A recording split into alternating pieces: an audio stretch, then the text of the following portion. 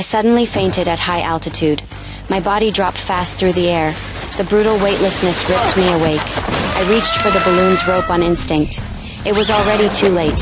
When I opened my eyes again, I was hanging upside down in the air. I was tens of thousands of meters above the ground. Only one rope was holding my life in place. My mind went completely blank. Then I remembered my partner in the basket. My chest dropped hard. I screamed for help with everything I had. He showed no response and stayed unconscious.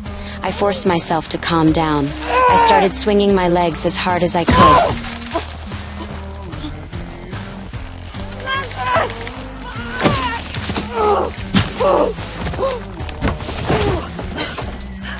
The danger did not ease at all. My partner was still unconscious. I knew I had to save him as fast as possible. The balloon had climbed close to 13,000 kilometers.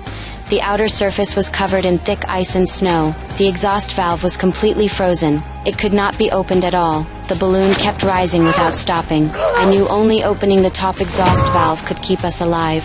I decided to climb up and release the air myself. There was no safety gear at all. Below my feet was endless emptiness. One mistake meant being torn apart. I had no idea how long I climbed. Cold and fear slowly ate away at my mind. I finally touched the edge of the balloon. I looked up and felt instant despair. The top was still painfully far away. My hands were already frozen numb. I reached for the rope beside me. The distance was too far and I almost lost my grip.